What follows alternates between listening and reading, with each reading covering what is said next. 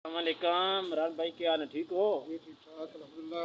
अच्छा इमरान भाई, मैं ये दसो तुम मुर्ग ने काम करने हो वो कुकड़े ना कैसा काम थोड़ा बेहतरीन अल्हम्दुलिल्लाह। एक ही चूचे कितनी बोटियां बढ़ा सकने मैक्सिमम?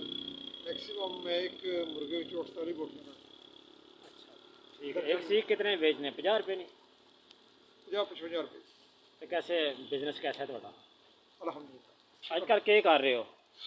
सर आजकल मैं चिकन फरोशी कर रहा आपसे चीक मेरा थोड़ा ਜਿਹਾ ना स्पॉट है बारबेक्यू ਦਾ। अच्छा माशाल्लाह। दोस्त ਨੂੰ मैं अच्छा फेवर करना उसकी। अच्छा तो अच्छा सपोर्ट भी कर रहे हैं ਨਾਲ थोड़ा बहुत। ठीक है। तो बड़ा जानवर भी कर लेने हो? जी अल्हम्दुलिल्लाह मैं ऑलराउंडर हूँ। अच्छा। तो बकरा? ऑलराउंडर ਵਿੱਚ ਸਾਰੇ ਆ ਜਾਣ। ठीक है सर। कुकड़ी ने भी कर लेने हो? ਸਰ ਤੁਹਾਡੇ ਸਾਹਮਣੇ ਮੈਂ ਕੀਤੇ ਨਾ।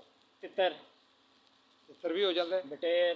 ਸਰ ਛੁਰੀ ਤੋਂ ਵੱਡੀ ਕੋਈ चीज़ नहीं। हाय जी मैं पे छुरे ना करना ये छुरी ना? ਛੁਰੀ ਨਾਲ हाय छुरी ना काटी लम्बी होनी है। 1.5 फुट होती है। सूटा बड़ा मारने हो एक इसने के वजह है?